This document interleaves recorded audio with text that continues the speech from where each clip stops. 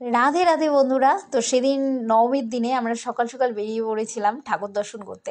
কারণ সন্ধেবেলায় যা ভিড় হচ্ছে, তো সেই ভিড়ের মধ্যে তো টোটো করে তো আর ঘোরা যায় না, তো হেঁটে হেঁটেও সম্ভব না।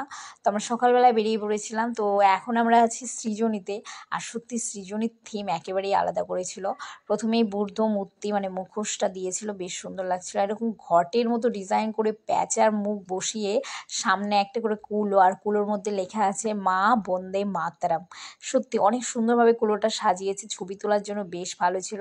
আর এখানে দেখতে পাচ্ছ বুদ্ধ মুখোশ মাথার উপরে, আর দুটো হাত সুন্দর করে বানিয়েছিল, যেমন মানুষ ধ্যানে বসলে যেমনটা করে সেই বুদ্ধের ধ্যানের সেই ছবি দুটোই দিয়েছিল দুটো হাতে। আর ভেতরে পরিবেশটা তো একেবারেই আলাদা, মানে জংলি উপজাতিগুলো হয় না, ওই রকম টাইপের, আদিবাসীও বলা যায়। আর মা তো চেক চেক প্রিন্টের শাড়ি পরে মাথায় পাতা টাতা দিয়ে, মানে এত সুন্দর একটা আলাদা। মার সাথে লক্ষ্মী, সরস্বতী, গণেশ, কার্তিক, সত্যি সবাইকে মানে এত সুন্দর লাগছে, একেবারেই অন্যরকম।